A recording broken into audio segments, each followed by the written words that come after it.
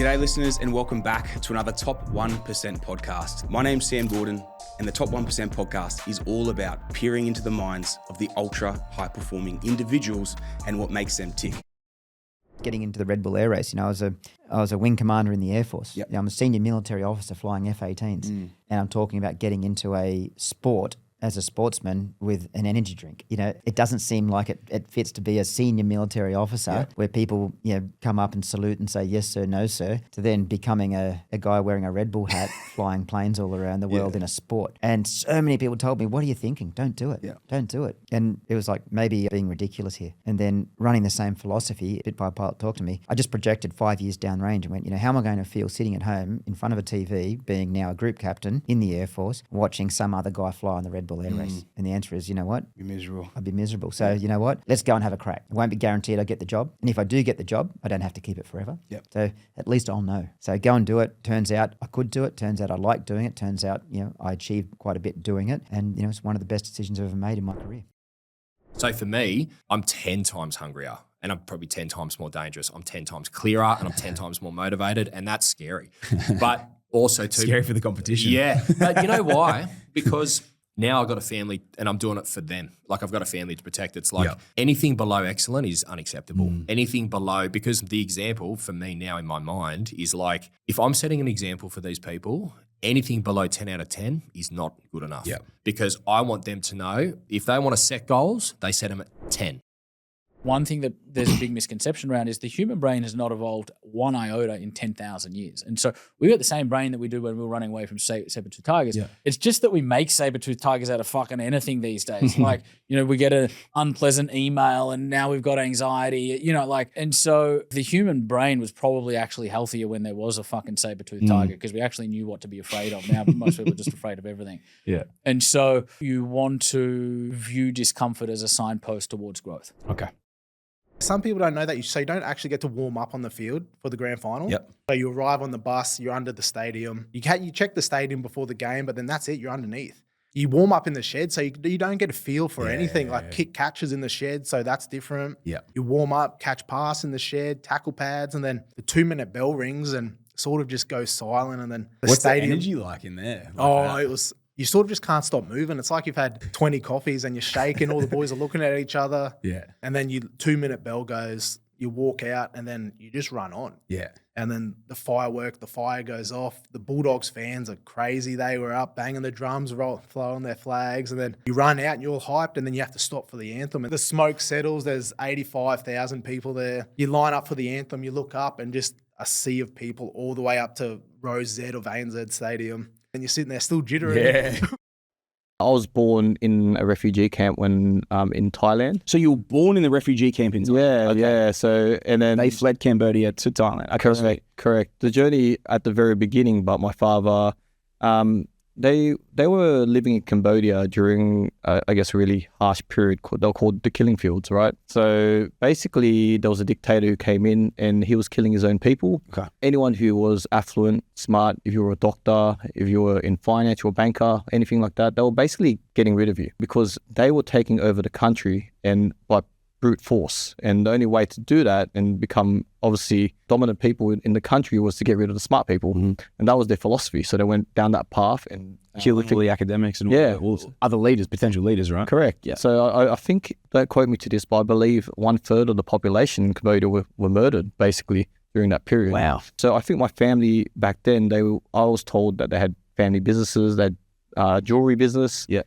They had multiple assets, but they had literally had to just give it all up because they took over all the land. And the only way to survive was to flee to the countryside and pretend to be a farmer. Yeah, right. So they did that and they fled to the farms. And then I believe what happened is that when they got to the farms, the military that was taking over the country, they eventually got to the farms. Yeah. So then they started taking control of the farms and then forcing everyone into slave labor, basically. So my family were put to work. The way my dad describes it was the bowl of slop every day. It's called congee, so congee, which is just a watered down rice. Yeah. They chuck a few veggies in a big pot and they give you one bowl of congee every single day, send you out to the rice fields, and then you'd pick rice for 16 hours. If you fell down, they'd whip you, or people will die from malnourishment, disease. murdered because they were trying to fight back. My dad, I've actually never told this story, but he shared this with me recently. He had his best mates. Imagine a bunch of blokes that are your best mates. Yeah. And one night in the camp, or not the camp, so when they were caught by the military and picking rice, he went back to the site and his friends are like, they hadn't had showers in days. They wanted to sneak off and have showers. So his mates decided to go. My dad decided, nah, I better not. My dad was just conforming, just trying to survive. And they went and had showers, and in the morning they were hung up. They all been hung. They all been hung, yeah, to be put up as a demonstration for the rest of the people not to mess around. Hectic. Because they were caught out having showers and stealing food and stuff like that in the middle of the night. So I think the way he tells it, it's hard to translate sometimes, but that was the general consensus of what happened. Yeah, his best mates. All his best mates at that time, they all got hung, and he was... Yeah, he survived because he decided not to go ahead with it. But that's crazy. That's how ruthless it was. Yeah. And he witnessed, he said he witnessed somebody grabbing a baby and smashing it against a tree, murdering a baby. So he's seen some crazy stuff in his life, that's for sure. But yeah, very dark times. So they fled Cambodia. Yep. And my dad, they still had some possessions, and then they had to pay for a refugee boat. Yeah. To try to come to Australia. So a whole generation jumped on a boat, and without going too long into the story, they jumped on this boat and then they got into the water. And then as they were passing Thailand, the Thai military, they caught them, the border patrol, took them back and then put them, they're like, our jails are full. There's nowhere to put these people. What do we do with them? In the middle of the night, they tugged it all the way out into the middle of the ocean, shot some holes in no way in the boat and just left them in the middle of the ocean or to die. Every single family member of mine was on that boat. Yeah. And then they ended up being castaway, basically, for multiple, I don't know how long it was, but my dad doesn't even know how long it was, nights and days. And I think and they had no water, and they were about to die, and rain came, and he had a tarp, caught water, drifted along, ended up on a stranded island somewhere. Yeah. And on that island, they found, they wanted to get on the island because there was like papaya and fruits and stuff they could eat. Yeah. But they couldn't get on because there was like sharp rocks, and they were just swaying along, crashing into rocks basically. Yeah. After floating for, I don't know how long it was, 5, 6, 7 days. Yeah. Eventually getting onto the island basically and surviving there on, whatever they could find. I don't know how long they were on the island. They told me it was quite some time, maybe a week or two. Yeah. Before a Vietnamese fishing boat came past. Found them and then took them back to, I think it was to Vietnam, where their families were. Yeah. And I don't know what happened exactly there, but then they were put into jails. And then my dad made really good friends with one of the jail guards. Yeah. Somehow, my dad was he's a very soft, kind-hearted guy. Yeah. And then, he just was very good at adapting and making friends where he could at the time. And he ended up, connecting with this guy and then bribing the whole family out of jail. And then they ended up back in Cambodia, back in the rice fields again. No way. Yeah. So then 2 years spent there. And guess what my dad did? What's that? Let's do it again. Jump in there, get in another boat and do it again. Like, right. What?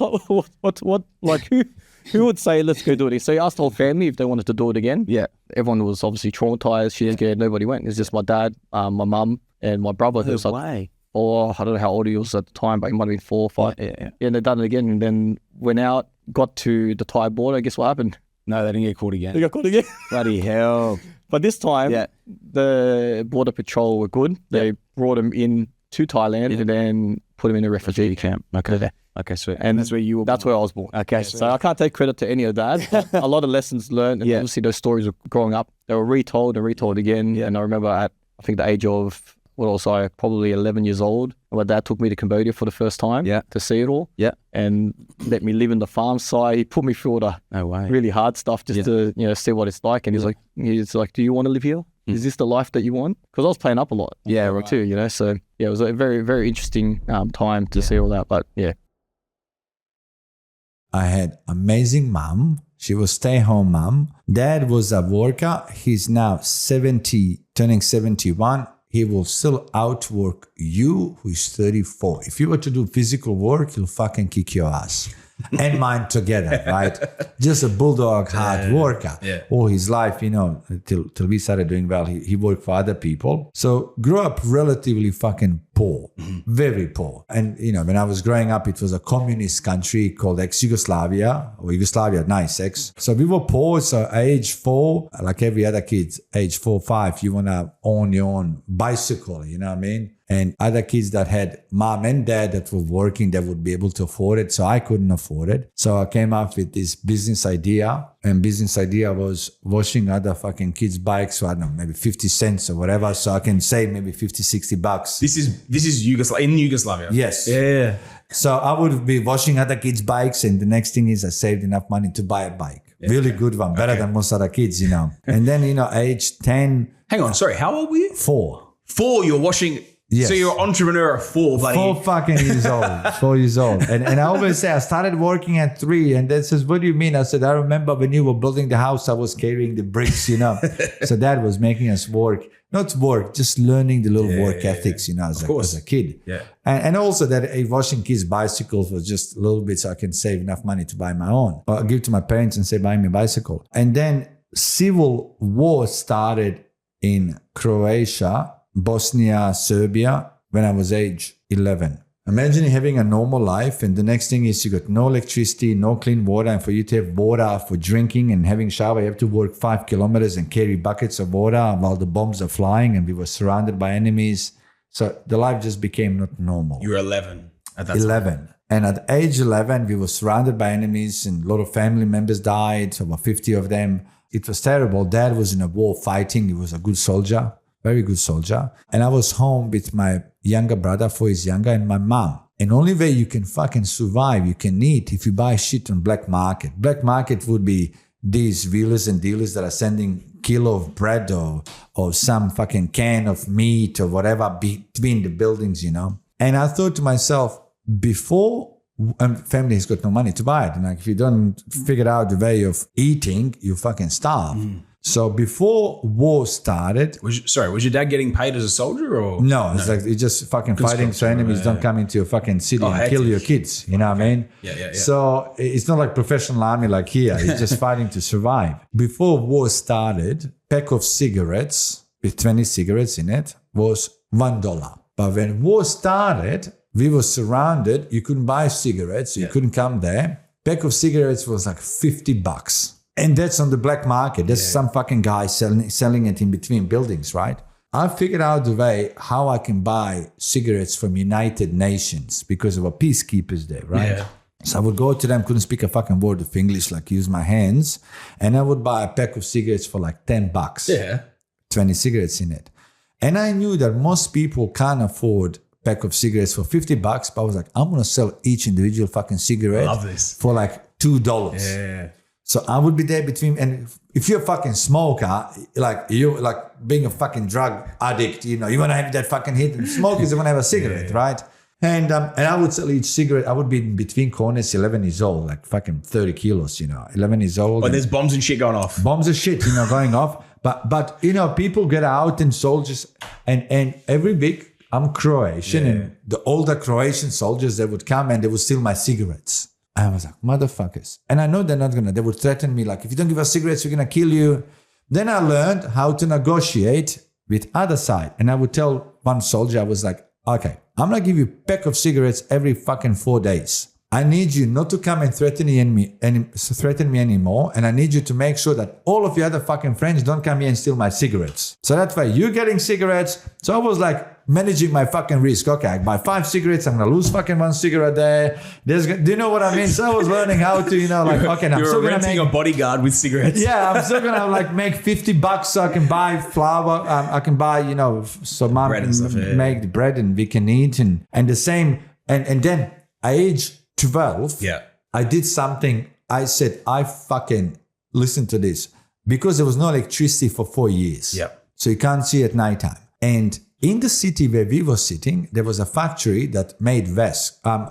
You know, to make candles, you need fucking wax. Oh, yeah. And my dad's mate, he was soldier protecting this factory. So I convinced him to fucking get me wax from this factory so I can learn how to make candles. Yeah. And there were other people doing it as well. So in between buildings, like underground where the garages are, there was like a little market. There would be like 20, 30 people with little stools that would be all selling shit. And few people were selling candles. And that's the only way you can see at nighttime is buy fucking candles because we had no electricity for 4 years. So I figured out how to make candles, and then I went there with a little table, like on this little market selling candles. Everybody else was selling candles for $6. I would be like, I'll sell you 10 candles for $40. as an example. And then when it was minus fucking 20, snow in Europe, I was 12 years old, a little boy. Nobody would be selling candles. I would be fucking dead. I wouldn't feel my toes, man. They would be fucking frozen. If you touch them, it would fall off. I would be frozen. I would be there selling them.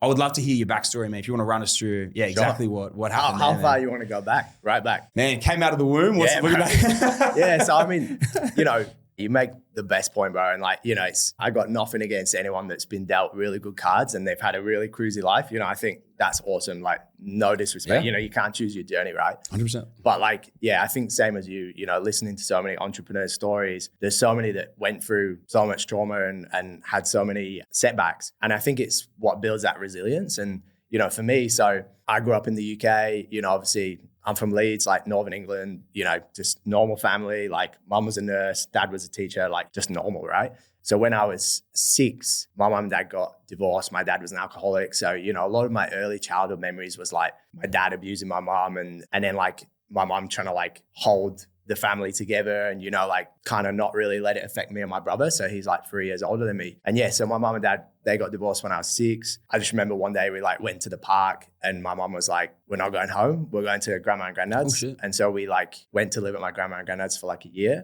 And yeah, my dad was like in and out of AAs and rehab, et cetera, et cetera. And then, yeah, when I was 12, my dad passed away from liver failure. So I literally got back from school one day and my mom was like, oh, your dad's in the hospital. We need to go see him. And I just remember like we got to the ward and like my mom was like, fuck, I don't even want you to see him. And we were just like, oh, like it's all good. And then we went to like see my dad and he's like laying in the bed. He's like bright yellow from like jaundice. His teeth were black. He just drank himself to death. And like he stayed in hospital for like 3-4 days and then passed away. So, you know, I feel like that was kind of the first real like thing that I feel like just made me grow up like way quicker than anyone else my age. It was like my mom was very much like after that happened, the day after, she's like, you know, we were moping around and she just kind of was like, all right, get your school uniform on, you go into school, like you just got to keep going, you know, and like just make it happen. So I think I've always just kind of like been one of those people that no matter what's happened in my life and no matter what's going on behind the scenes, I just am really good at kind of just like putting one foot in front of the other and just keeping going. So, you know, that was probably like the first real big hurdle. And then, so I was pretty depressed. I was pretty overweight. Like I used to get bullied at school and shit like that because I sort of just was like, you know, wasn't into sport, like just had like long hair, you know, just dredgy teenager, like, you know, never got any girls. Like I was just kind of like the loser at school and like got bullied. And, you know, I remember I was playing football one day and some kid was like, you know, pass the ball, you fat fuck and all this shit. And I was like, oh man, like, you know, and then, so that was another moment where I was like, oh, I'm going to do something about it. So then my mom was like, all right, well, let's join the gym, you know? So I was like 100 kilos at 16 years old and I dropped something like 30 kilos and then, you know, lost a bunch of weight, got really into fitness. And like, honestly, like fitness is probably and the gym is probably the only thing that kind of got me out of that like real bad depression cycle. Like, you know, I tried to self-harm and stuff like that when I was younger. Like, you know, so gym really like kind of saved me and I kind of owe everything to the gym. And then, so when I was at school, like I was kind of like you, bro, sort of, I think high school dropout, right? So like everything, I went to this school, like Catholic school, and everything was about, all right, everyone's going to university. You have to go to university. You got to fill in this thing called like a UCAS form, which is like basically when you apply for uni. And I just straight said, I don't want to go to uni. And they were like, you know, oh, you have to go to university. Like, even if you don't want to go, just fill out this UCAS form. And I was like, man, I ain't going to uni. I'm not filling out this form. Like, and I literally remember my head of year said to me, was like, if you don't go to university and fill this form out, you are never going to do anything with your life and you're going to be a failure. And that was another moment in my life where I was like, you know, if someone tells me that I'm not going to be able to do something, I'm like, I'm going to do it. You know what I mean? 100%. And I'm going to do it 10 times as good. Yeah. So that was like another pivotal point. Started it as a very small group training studio, very athletic inspired. Convinced Beck to sell her car. She funded the first fit stop. No way. Toyota Corolla. I think we sold it for $16,000. Yeah. I bought, I think, $10,000 worth of equipment from China. Yeah. It arrived in a shipping container a day before we opened. I opened with 0 members, just my PT client base. And learned very, very quickly that business is very difficult to run. And within the first 3 months, I was making all the same mistakes my parents were making. No way. You know, the other studio that went broke was making. Yep. I was all things to all people, and then still coaching motocross riders, going out to motocross tracks, working on bikes. I had a supplement company. I was selling sports drinks. Right. Ready-made sports drinks. I was doing apparel and everything, Okay. but not good at anything. Okay. So you had this huge spread that you weren't killing at with anything. It was like the jack of all trades, master of none in this point, right? What made you drill in? I actually went to a seminar run by Jack DeLosa from the Entourage. Oh, yeah. It was... Who we were sitting next to at the... We were on the table. boat with him. Yeah. I literally sat on the boat. I think the first year in business, we did about 20 grand in revenue. Yep. And I paid him $18,000 to do this course. But the best course I've ever done. Okay. It was incredible for me because, again, I wasn't thinking about running a business. I was thinking about being a personal trainer. Okay. And a personal trainer gets stuck in what's the fitness program and how do I make sure that I'm my best self for my client. Does not think about how am I generating leads, what's my marketing funnel look like, what's the business model look like, how do I pay the bills. So I think I saw on Facebook Jack DeLosa's Scalable and Saleable seminar, come to Brisbane, it's free. I went and watched it for a day. I took two of my friends. One of them said, you should look at this. The other one said, don't do it, it's a scam. So the two devil on each shoulder, angel and a devil on each shoulder, right? Yeah. So I went, and look, I can't remember who exactly spoke on the day. I think it might have been Janine Ellis. There was some big hitters. The Boost Juice. Boost Juice, yep. Andrew Morello, I think, spoke on stage from Yellow Brick Road back then. And I went home and I said to Beck, look, this course is pretty interesting. They talk about how to scale a business. It's all business basics, but it's $18,000. Again, fortunately, she had a very stable career at the time. Did she have in another car to recruitment. sell? She didn't. She actually had she fortunately had a work car. She had a company car. That's why we sold it. She wasn't like walking to work. No, it was a joke that was the next funded piece was the other car. No, but look, I wasn't paying us at all at that time. Okay. Again, I think the revenue we did that first year was $20,000. Okay. She worked in recruitment. She's very good at recruitment and made enough money to help us live, pay the bills, pay the mortgage. We had a house. We jumped in the deep end and we bought a 350 square meter block of dirt in Ormo. Back in, I don't even know when it was, 2011 maybe, 2012, and built a house on it. A bunch of my friends who were trades all chipped in and helped us build the house. No way. I was on the tools, a lot of it. We built it through Plantation Home. But I had my mate do all the sparky work. You know, we rented it ourselves. We did all the landscaping. But again, fortunately, she's paying the mortgage.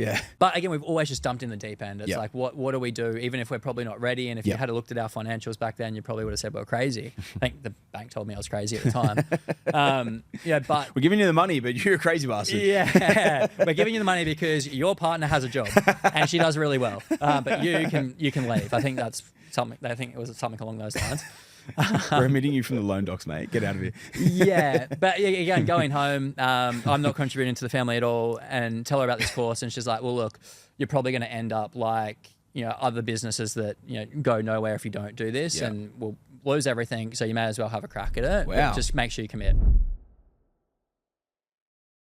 The bankruptcy at 22 when you got shafted. Will you tell us that in a bullet point version? Yeah, sure. The bankruptcy was pretty ugly, sure. You know, I had a building business. I was in construction. I was a chippy. I was a licensed builder at that point. And I thought going back to uni would be smart. That way I can be an engineer, sort of do everything under one umbrella. I appointed a manager to the operation, and this guy was very clever in how he embezzled the money out of it. He just started building shit on his own and using my accounts. No way. So how do you justify that stick of timbers from my account and not yours? It was just messy. And the only way to solve it fast was to walk away. Yeah, so, and that that took me to the line. I was $431,000 below zero. Mate, this was 2001, early 2001. You buy a house for 180 grand. Man. That's a lot of money back then. A mate of mine bought a house, you know, for 180 grand. So you're talking 3 houses below zero. What's that today? Call it 4 mil. Yeah. I was 22. You know, 4 million debt, 22, with nothing to show for it. Yeah. So it was pretty ugly. Yeah. And that's what spawned you looking down the other avenues of making more money, and obviously the famous phone call that you got washing windows one day, right? Yeah. I still remember you telling it on stage, mate, nearly 15 years ago. Yeah, 100%. He just rang me and said, I'm in trouble. Do you have any buyers through your building circles? Yeah. And that's where it kicked off. Yeah. I don't have the money to settle 6 blocks of dirt. I fucking don't. Yep. I've got 431 grand worth of debt, accruing interest with the ATO daily. That's how it works, right? The meter's running, you know. Oh, it was ATO debt. Yeah. I forgot that. Majority of that was Bloody ATO hell. debt. So that accrues daily interest. Yeah. So yeah, it's how can I somehow get those cheap blocks from him because he's desperate, and then flick him on to a builder, and just make something between. That's where the options started.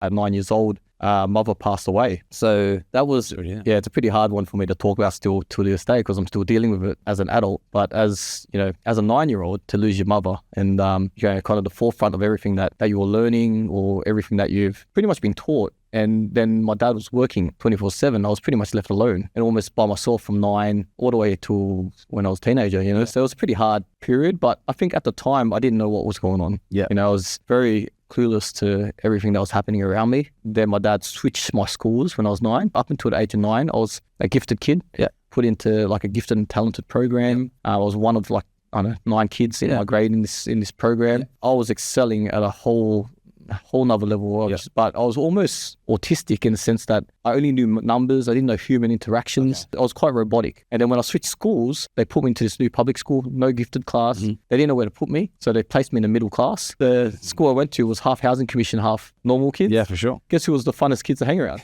Naughty kids. Yeah, of course. Yeah, so then that just changed my world. You know, like I just became a whole different rebel of a kid and, you know, a real naughty kid, but always still smart. Bonnie was a pretty rough area growing up. It was literally one of the only suburbs I knew that the whole suburb was housing commission. You get rolled actually riding your push bike through. Rolled, brother. I haven't heard that. I don't reckon I've heard getting rolled in bloody 15 years, eh? Bloody hell. Yeah, that's, I think that changed me. I don't know. Like it changed me, whether it's for the better or the worse. I feel like every life experience builds a part of you. For sure. And I feel my ability to connect with people from different walks of life was that was a big part of it. If I'd never gone through that, I'd probably be a doctor or something, just but not really, very naive to the rest of the world. In year 10, I got bashed. I was a naughty kid, jig school so much, got bashed. And the day I got bashed, it was the day that I like something like flipped in me. Yeah. And goes, oh man, I don't want to go down this path. You know, like I'm going to end up dead, jail, whatever it's going to be. I have to figure out how to really make money in the proper way and do all the rest of it. And something flipped in me. So I started going to school every day in year 11, 12. Got a really high mark in my HSC. Ended up doing accounting and finance. And what did you get in HSC? It was like 90.35. Yeah, which is pretty good for someone who jig school for sure. Like, I don't know how many days, or one third of the year. But year 11, 12 I dialed in, and then I ended up getting like a 90 plus mark. And then got into accounting and finance. Hated every single day of uni. Absolutely hated it. I just could not stand there. I knew I wanted to do business. I didn't know what I wanted to do in business, but I just followed with the degree because that's what my parents instilled in me. Said you must have a degree in order to make money. And so that was just embedded in there. I couldn't get rid of it. Listeners, I hope you took some great value out of today's episode. If you did, I've got a special favor to ask. If you haven't left us a 5-star review yet and you're loving the podcast, can you please jump on your favorite listening platform, leave us a 5-star review. If you haven't hit the follow, subscribe button as well, while you're there, leaving us a 5-star review, hit that follow, subscribe button too. Make sure you share it on, send on the love of everything to do with the top 1%. And until next week, guys, it's been a bloody pleasure. That's it for another Top 1% podcast.